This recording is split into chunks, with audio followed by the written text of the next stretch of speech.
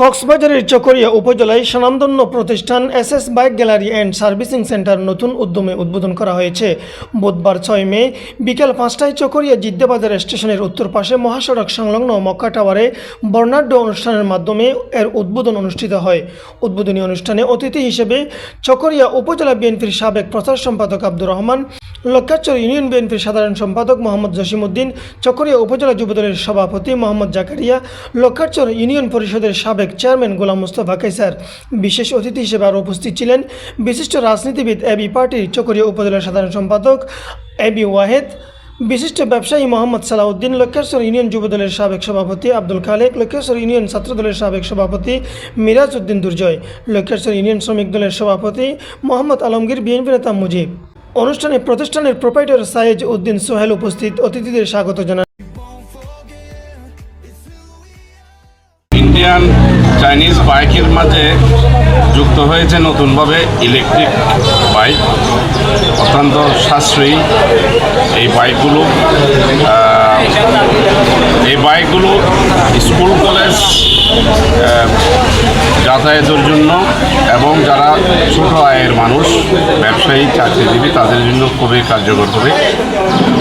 পাশাপাশি আমার ছোট ভাই সাইজুদ্দিন সেকেন্ড হ্যান্ড বাইকের একটা অপশন এখানে রেখেছে, যার কারণে কেউ কম দামে, যাদের পুঁজি কম, যাদের সক্ষমতা কম, তারা ভালো মানের সেকেন্ড হ্যান্ড গাড়িও তার থেকে সংগ্রহ করতে পারবে।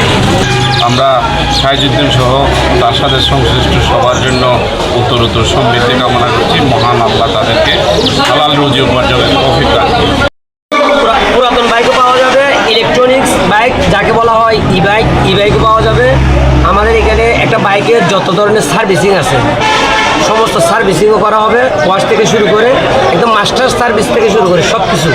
সেকেন্ড হ্যান্ড বাইক যদি নিতে চাই কেউ, আমরা একেবারে কম মূল্যে সাশ্রয় প্রাইসে আমরা দিতে পারবো ইনশাল্লাহ। এবং নতুন ব্রিজ থেকে দিতে টেকনাফ পর্যন্ত আশা করি আমাকে মোটামুটি সবাই চিনে জানে। সর্বোচ্চ চেষ্টা করবে একজন কাস্টমারের সন্তুষ্টির জন্য, একটা ভালো ইঞ্জিনের এবং ভালো কাগজের এবং 100% ইঞ্জিন গ্যারান্টি এবং কাগজ গ্যারান্টি দিয়ে আমি পুরাতন বাইকও দিতে পারবো। এবং যেহেতু এখন তেলের প্রবলেম আছে, আমাদের ইলেকট্রনিক্স বাইকও আছে, ই বাইকের আমাদের সুবিধাও আছে, সার্ভিস সেন্টারের সুবিধা আছে। কাস্টমারের সুবিধার্থে আমরা সার্ভিস বিষয়ে বিবেচনা করে সব কিছু আমরা রেখেছি। কাস্টমাররা যদি আসে, আমরা কাস্টমারের সুবিধার জন্য যতটুকু করা দরকার, যতটুকু স্যাক্রিফাইস করার দরকার ততটুকু আমরা করবো ইনশাল্লাহ।